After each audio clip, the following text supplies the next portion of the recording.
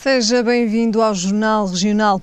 O Governo voltou a afirmar hoje que tudo fará para não aplicar a chamada taxa de sustentabilidade. O Primeiro-Ministro Pedro Passos Coelho anunciou hoje que o Governo só irá aplicar os cortes orçamentais dos reformados em último recurso. Durante o debate que se realizou na Assembleia da República, Jerónimo de Sousa questionou o Primeiro-Ministro acerca da taxa de sustentabilidade. Em resposta, Passos Coelho afirmou que o Governo irá fazer tudo ao seu alcance para que esta taxa para os pensionistas não seja aplicada, referindo ainda que não está previsto o corte de 10% para os reformados e pensionistas. A alternativa é uma das promessas do chefe do Governo, que garante que tudo fará para que sejam encontradas soluções. Ainda assim, Passos Coelho salvaguardou que apenas quando necessária poderá ser equacionada uma taxa suplementar de sustentabilidade. Ainda no mesmo debate, o líder do Governo anunciou que se as medidas de combate à fraude e evasão fiscais forem bem-sucedidas, o IVA da Caixa poderá ser alargado para um valor superior a €500 milhões.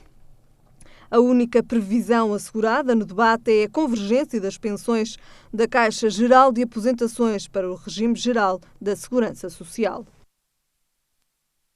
E ficamos agora com a síntese das notícias regionais. O Tribunal da Relação do Porto absolveu os 2 detidos no despejo da Escola da Fontinha pelo crime de resistência e coação a agente policial. Segundo o coletivo de juízes da relação, quando os agentes começaram a imobilizar os arguidos, estes desferiram pontapés e murros.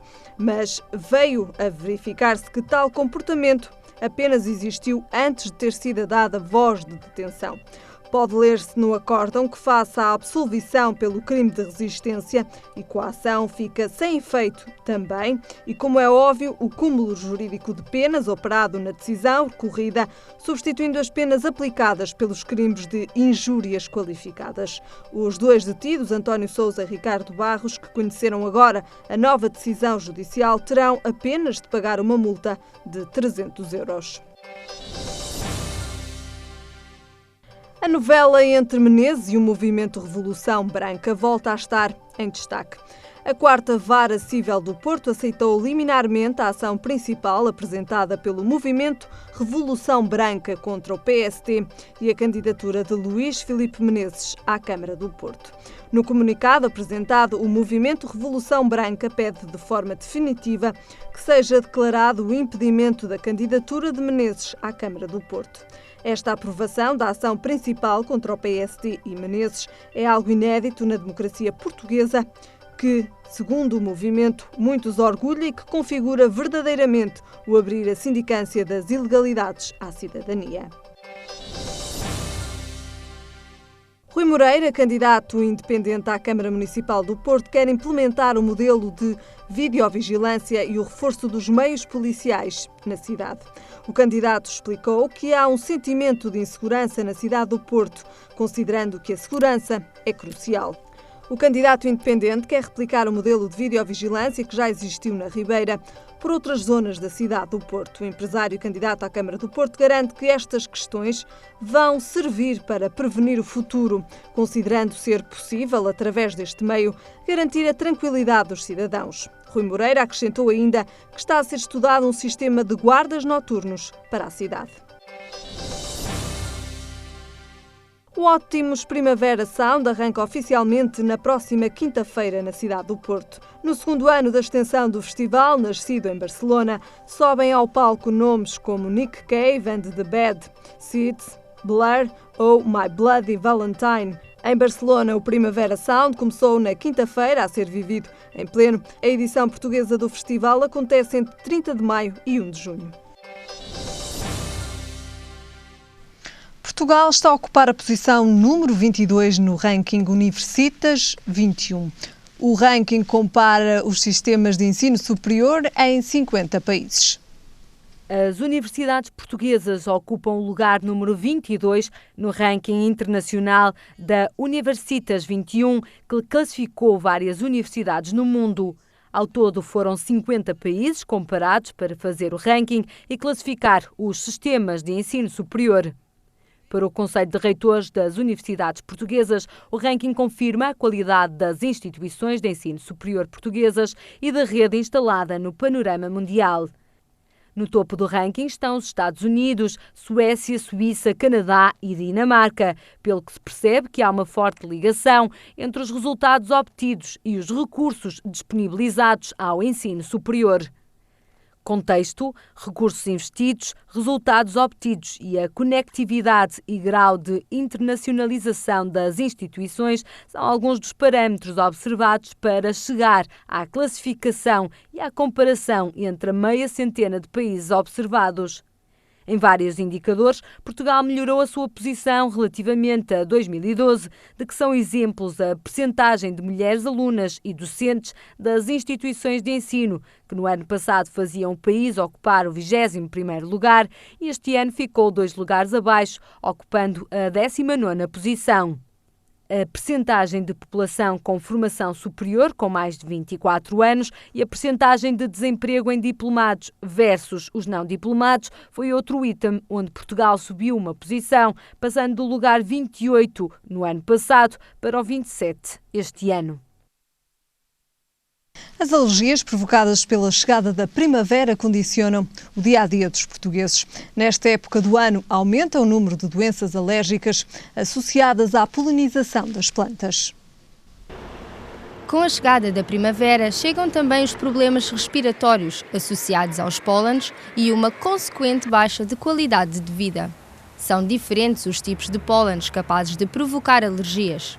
Os mais frequentes resultam das plantas que são polinizadas pelo vento, como as ervas rasteiras, junto às estradas, e as ervas mais altas, que atingem 1 metro de altura. Também as árvores de cipestre e oliveira fazem parte deste leque. Em seguida, surgem as plantas polinizadas pelos insetos, tais como as flores ornamentais. Também os fungos do ar exterior, provenientes da umidade e da transição do inverno para a primavera, provocam reações alérgicas. Apesar dos ácaros existentes no pó das nossas casas resultar no tipo de alergias mais frequente nos portugueses, é nesta altura do ano que aumentam os casos de rinite alérgica, conjuntivite, crises de asma, espirros em sucessão e congestão nasal. Os mais habituais são do nariz e dos olhos, às vezes também na garganta, com a comichão no céu da boca, com algumas secreções nasais que não são só pela frente, com o pingo, com a rinorreia, mas também pela parte de trás. E depois os mais característicos é a comichão do nariz e dos olhos e os espirros, aqueles espirros que nunca mais acabam e que muitas vezes tanto incómodo dão, até de um ponto de vista social, digamos assim. A qualidade de vida das pessoas que sofrem de alergias primaveris está permanentemente posta em causa. Assim, estas doenças devem ser controladas para não afetarem o seu dia-a-dia. Podemos e devemos controlar as doenças de forma a não haver interferência no dia-a-dia. Isto é, todos nós ou temos nós próprios ou conhecemos alguém que tem rinite, só que existe um grupo de pessoas com rinite que têm uma vida muito mais atrapalhada do que a maioria das pessoas com rinite. E, portanto, quando nós dizemos é uma rinitezinha, a rinite daquela pessoa pode não ser uma rinitezinha e pode, de facto, afetar-lhe muito o sono, afetar-lhe muito as atividades do dia-a-dia, desde o trabalho, por exemplo, a questão de estar sempre constipado, entre aspas, portanto, estar sempre a suar no nariz quando está frente ao público, interfere em carreiras, inclusivamente, em muita gente, e isso é uma coisa que tem que acabar, ou seja, não pode haver estas interferências com o sono, com a qualidade de vida. Mas de que forma é que as pessoas podem aliviar estes sintomas tão incómodos? No dia-a-dia, o mais básico é tomar aqueles comprimidos antialérgicos. Esses comprimidos não previnem nada. Esses comprimidos bloqueiam os sintomas. É agradável, porque a pessoa naquele momento não sente os sintomas, mas não fazem mais nada do que isso. E depois existem anti-inflamatórios, habitualmente medicações locais, por exemplo, nasais ou às vezes conjuntivais, e muitas vezes também inaladas pela boca, que vão localmente diminuir a tal inflamação alérgica e aí sim fazer com que as pessoas não cheguem a ter os sintomas e, portanto, não precisem tanto de tomar os tais antialérgicos, os tais antihistamínicos. Apesar de não haver uma cura para as alergias, existem múltiplas vacinas antialérgicas. Estas vacinas são unicamente administradas após serem identificadas as causas alérgicas e, assim, percebido o tipo de alergia que afeta cada doente. O tratamento é de longa duração e apenas destinado a casos considerados mais graves. No período de 10 a 15 anos, os alérgicos veem os seus sintomas diminuírem, ficando a depender cada vez menos de medicação. Existem, no entanto, formas de prevenir estas doenças. Inicialmente, registra-se uma prevenção primária, onde na gravidez e no primeiro ano de vida do bebê, a mãe deve evitar o contacto com o tabaco. Depois, passa-se à prevenção secundária. Quando chega à primavera, a principal mensagem é que se a pessoa tiver uma inflamação já tratada, portanto tiver a doença bem controlada, o risco de ter ataques, digamos assim, vai ser muito menor e vai ser muito mais fácil e com muito menos medicação conseguir passar a primavera sem ter problemas. Os pólenes andam no ar quase todo o ano, mas as pessoas associam as alergias somente à primavera. Com a aproximação do calor do verão, surgem novas alergias associadas aos insetos. Por outro lado, existe outro tipo de alergias agora nesta altura que vem o calor, que sendo muito mais rara é potencialmente muito mais grave, que são as alergias às picadas das abelhas e das vespas. A alergia à picada, ao veneno das abelhas e ao veneno das vespas é uma situação que a maior parte das pessoas não tem uma reação local, é doloroso, etc., mas não tem uma interferência em todo o organismo. Nesta altura do ano, as pessoas mais sensíveis a estes problemas alérgicos são aconselhadas pelos médicos a praticar atividades físicas ao ar livre e apenas ao final da tarde, uma vez que existe uma menor concentração de pólenes. Prevenção e acompanhamento médico são então fatores fundamentais para o controle das doenças alérgicas, que afetam grande parte da população portuguesa. No número 34 da Rua de Belo Monte, na cidade do Porto, há uma escovaria com 84 anos que ainda resiste ao tempo e à mecanização que este ofício já sofreu. Fazem-se escovas para os mais variados fins, tudo pelas mãos habilidosas das 3 pessoas que trabalham na loja. Na família, há 3 gerações. A escovaria Belo Monte é a mais antiga da cidade do Porto e uma das únicas a fazer escovas de forma manual. Desde 1927, na Rua da Baixa da cidade, com o mesmo nome, tem para oferecer escovas para os mais variados fins. Desde escovas industriais, escovas de fatos, escovas das senhoras pôr o pó de arroz, escovas de ouribos, que é para aqueles encastoadas em prata, não sei o que se vê muito ainda a vender nos ouribos. Escobilhões para lavar garrafas, biberões e essas coisas todas, portanto, escobilhões para limpar chaminés. Os principais clientes são da indústria têxtil. A crise já se sente, mas não muito. Por isso, este ainda é um negócio em que vale a pena apostar. Coiso. Isso mesmo, Coiso é o nome da mais recente escova produzida neste espaço. A ideia foi de um designer que passou na loja e achou que seria oportuno criar uma coisa que terá a utilidade que lhe quiser dar. Pode ser uma escova para a roupa, uma bola anti-stress ou servir até como enfeite da árvore de Natal. A próxima geração a assegurar o negócio terá que mecanizar o serviço, porque já não há ninguém a querer aprender esta arte manual de fazer escovas. Eu espero que um dia o meu filho possa vir a querer continuar com isto, se calhar mais com isto mais mecanizado, se calhar, não é? Não tanto manual, porque depois também as pessoas não querem trabalhar, não querem fazer este tipo de trabalho. Nesta loja, tanto se podem fazer escovas de 2 como de 300 euros. O preço varia conforme o tipo de escova, o tamanho e o material de que é feita. Já agora, sabe de que materiais se pode fazer uma escova? De nylon, de pelo de cavalo, de porco, de texugo ou de marta. Tudo materiais que são difíceis de encontrar no nosso país. Por isso, a maior parte tem que ser importado. Escoveira há 33 anos, a Dona Fátima, colaboradora da escovaria, é uma das únicas no país. E embora não se importasse de ensinar o ofício a alguém, não há quem queira aprender. Foi o meu primeiro emprego mesmo. Vim para aqui com 16 anos. Não querem aprender isto. Ninguém quer aprender isto. Trabalharam aqui uns rapazes, mas quiseram outra coisa também. Depois de aprender, o trabalho não é difícil e por dia conseguem-se fazer em média 9 a 10 escovas. Nesta loja já trabalharam mais 5 pessoas que, com o decréscimo natural das encomendas, foram sendo dispensadas. Hoje aqui não se trabalha em quantidade, produz-se sim à medida das necessidades que os clientes apresentam e criam-se escovas conforme a finalidade para que venham a ser usadas. Passamos agora ao comentário no Jornal Regional. Como já é habitual, hoje tem comigo Lourdes Sousa. Lourdes, boa tarde, obrigado pela sua presença. Começamos precisamente com o pacote de incentivos fiscais que foi aprovado pelo Conselho de Ministros e que inclui um crédito fiscal extraordinário para investidores.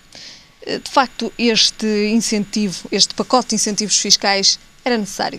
Portugal estava a precisar destes incentivos fiscais. Com efeito, Helena, eu penso que este momento é bastante importante porque foi o próprio Vítor Gaspar que o disse, que isto é uma viragem. Portanto, é um momento de viragem. O Governo, nos primeiros 2 anos de mandato, esteve centrado na consolidação orçamental, o que me parece que foi fundamental para assegurarmos a credibilidade junto dos nossos credores. E, portanto, com essa credibilidade foi possível agora negociar o acordo dos credores a este pacote fiscal, porque, como a Helena sabe, quando se dá alguma coisa aos contribuintes em termos de benefícios fiscais, estamos, no fundo, a baixar a receita.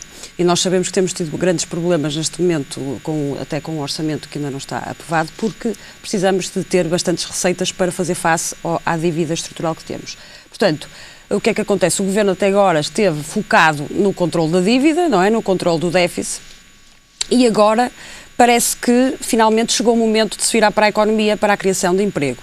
Portanto, parece-me que este pacote fiscal realmente era o momento que faltava neste Governo relativamente a todos os apelos que têm sido feitos para que haja uma atenção relativamente à economia real, que não seja só não sejam só medidas de austeridade, mas também exatamente. Aqui estes incentivos a fazerem falta também a possíveis investidores estrangeiros e às próprias empresas portuguesas.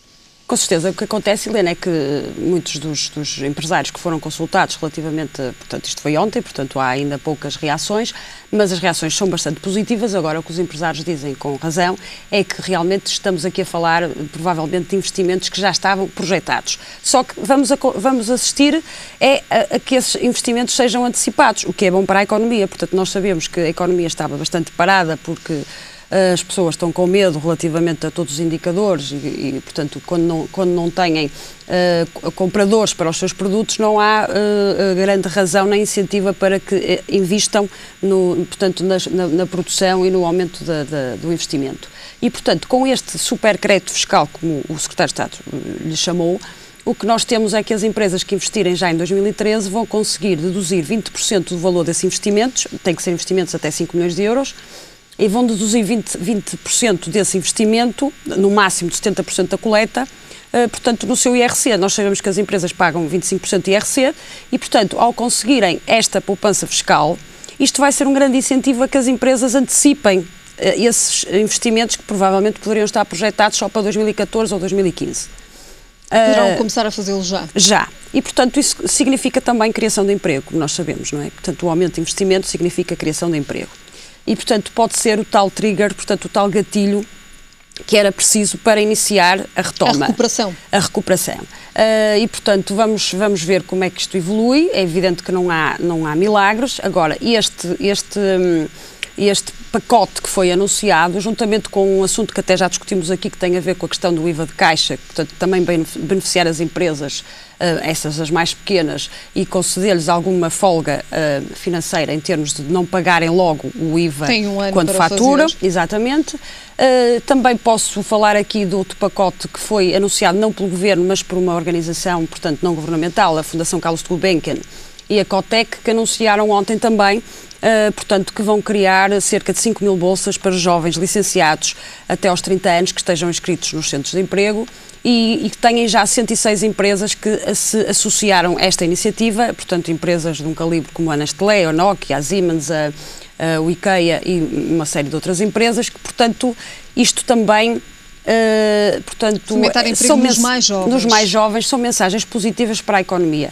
Vamos ver como é que o ano 2013, estamos quase no segundo semestre de 2013, mas vamos ver então se 2013 começamos a ver a tal luz ao fundo do túnel com estas medidas que me parecem bastante positivas. Perspectivava-se que 2013 fosse um ano muito difícil, mas de facto estes anúncios fazem de alguma forma antever que o país vá de alguma forma começar a retomar a economia e deixar um pouco de lado também de pensar nesta crise que nos afeta? Como sabe, Helena, estas medidas nunca se vê logo os efeitos imediatos. O efeito imediato que vemos logo, aliás o Secretário de Estado chamou a atenção para isso, é a redução da receita fiscal, não é? Isso vê-se logo. Portanto, no fundo, o primeiro impacto é negativo para as contas do Estado, mas o impacto a longo prazo será positivo, porque ao dinamizar a economia, depois nós vamos conseguir, no fundo, o Estado vai conseguir cobrar mais impostos, porque se houver mais lucros, se houver mais atividade económica, depois essa receita do IRC acaba por ser estabilizada. Portanto, não são medidas para se verem no mês de agosto nem de setembro, não é? Mas, no fundo, se nós conseguirmos que estas empresas que já tinham estes projetos de investimento, e muitas delas até já tinham adiado esses projetos, antecipem os projetos para obter esta poupança fiscal, isto vai ser muito bom em termos de criação. Conseguimos também baixar os números do desemprego? Eu acho que aqui o grande ponto é esse, não é? É nós conseguirmos baixar os números de desemprego, melhorando a economia. Portanto, esperemos bem que estas medidas para as quais realmente o Governo teve que trabalhar no sentido de obter o apoio dos credores, porque senão não eram possíveis, não é? Não é possível anunciar medidas, isso é demagógico, de criação aliás, o António José Seguro tem-no feito, mas a verdade é que essas medidas só são possíveis se os nossos credores concordarem. Porque se eles não concordarem, se eles não concordarem, nós não podemos avançar com medidas que implicam uma diminuição da receita fiscal. E realmente aquela reunião de Berlim parece que foi importante para conseguir o apoio a essas medidas. Portanto, vamos ver então se realmente depois os agentes privados respondem a esta medida fiscal. Aliás, Vítor Gaspar também na quarta-feira anunciou que possivelmente as pequenas e médias empresas iriam ter investimento da Alemanha, o que também é um bom sinal. Eu acho que tudo que seja investimento estrangeiro em Portugal nesta altura é positivo, especialmente se for em áreas onde Portugal tem realmente fatores competitivos pela sua história, em termos de clusters, não é? Como nós sabemos, a indústria do calçado, a indústria têxtil, a indústria agroalimentar, as indústrias ligadas ao mar, tudo isso são pontos em que Portugal realmente tem muito para dar à Europa e, portanto, nós sabemos que neste momento a Alemanha é um dos parceiros fortes dentro da Europa, portanto, se a Alemanha acreditar em nós, se os investidores alemães acreditarem em nós, é bom que investam em Portugal e se criem empregos em Portugal. E é também um passo importante para que outros investidores estrangeiros também investam em Portugal. Exatamente. Dá mais confiança à economia portuguesa com o investimento estrangeiro. Exatamente. Portanto, vamos ver como é que isto avança. Esperemos que realmente estes sinais positivos se consolidem e apareçam os resultados. Só para também darmos por terminado este tema, o Executivo quer criar também um gabinete de apoio aos investidores internacionais, que funcionará junto da Autoridade Tributária e Aduaneira. Funcionará também como esclarecimento para os investidores? Eu acho que isso que é importante e é fundamental, porque uma das queixas que realmente os investidores fazem sempre relativamente a Portugal é que há uma imensa burocracia, é que depois também não sabem muito bem com que linhas é que se cosem, portanto há uma certa instabilidade na criação do leis, porque todos os anos surgem novas formas de tributação e elas são alteradas e, portanto, isso não é nada bom para um investidor, não é? Portanto, é bom que realmente haja essa atenção para quem quer investir em Portugal. De dar essas informações. Dar esta atenção também ao investimento estrangeiro. Muito Exatamente. Bem, terminamos então este primeiro tema, uma nota positiva então para este pacote de incentivos fiscais ao investimento e passamos agora para o inquérito às declarações do escritor Miguel Sousa Tavares, um inquérito da Procuradoria-Geral da República. São declarações de facto fortes. Justifica-se de facto este inquérito? Talvez seria melhor a Helena explicar aos telespectadores de que declarações é que estamos a falar, não é? Estamos a falar de Miguel Sousa Tavares ter, num artigo sob o título Beppe Grillo, ter classificado o Presidente da República como palhaço. Pois, Helena, é preciso também dizer que essas declarações surgem numa entrevista bastante longa que sai hoje com o Jornal Negócios, em que, no fundo, essa entrevista é uma promoção ao livro de Miguel Sousa Tavares, que ele vai lançar agora. E realmente isto faz-nos pensar se nós ainda em maio já não entramos na silly season, não é? Porque parece-me já um daqueles fediveres da silly season, agora usei dois estrangeirismos na mesma frase, mas porque realmente, se nós pensarmos um bocado, Miguel Sousa Tavares é uma pessoa com bastante credibilidade em termos de jornalismo, não é? Um conceituado jornalista, é um comentador político, é um autor de best-sellers, é um escritor de best-sellers, como é Equador e tudo isso. Agora, é assim, ninguém está acima da lei. Portanto, ele é essas coisas todas, mas não está acima da lei, aliás, não é? isto pela lei, trata-se de um crime de ofensa à honra do Presidente da República, punível com pena até 3 anos. E ele é jurista, ele é formado em Direito e, portanto, é essas coisas todas e não está acima da lei e eu questiono-me se ele emitiu estas declarações assim desta forma tão leviana só para vender mais uns livros, quer dizer, se é o caso, pareceu-me bastante leviana esta forma de atuar. Por outro lado, Helena, eu penso que não podemos pôr em causa a liberdade de expressão e eu sou a última pessoa que falará numa coisa dessas, mas a verdade é que num sistema democrático e onde há liberdade, também tem que haver respeito pelos elementos essenciais. Até onde vai a liberdade?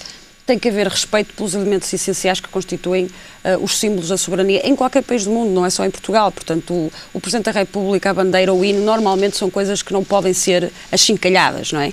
E esses termos que ele usou, para começar completamente fora de contexto, porque toda a gente sabe que o Beppe Grillo, em Itália, foi eleito por um voto de protesto. Cavaco Silva foi eleito por uma grande maioria de portugueses e foi eleito porque eles acharam que era o melhor para aquele lugar de Presidente da República. Neste momento ele é o Presidente da República, portanto é um símbolo nacional.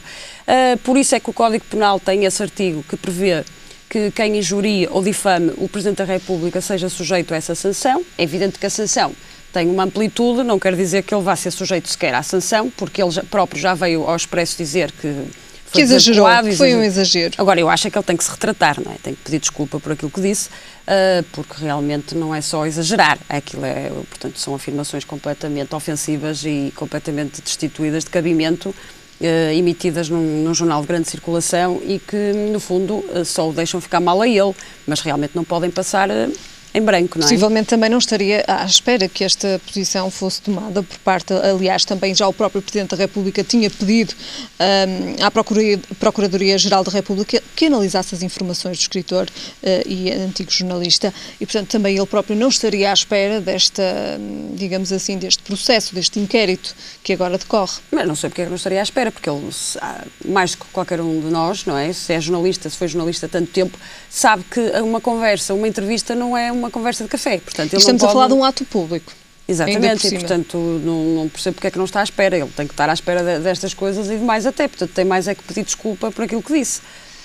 Parece-me a mim, portanto, e vamos esperar que as coisas fiquem por aqui, que seja um bocadinho de silly season que chegou antes do verão, não é? Vamos ver. Lourdes, vamos só para este último tema e estamos praticamente a terminar e peço-lhe só que me dê apenas uma linha aqui para nós terminarmos o comentário. O Movimento Revolução Branca anunciou que o Tribunal aceitou liminarmente a ação principal intentada contra o PSD e a candidatura de Luís Filipe Menezes à Câmara do Porto. Uma notícia que saiu hoje. Sim.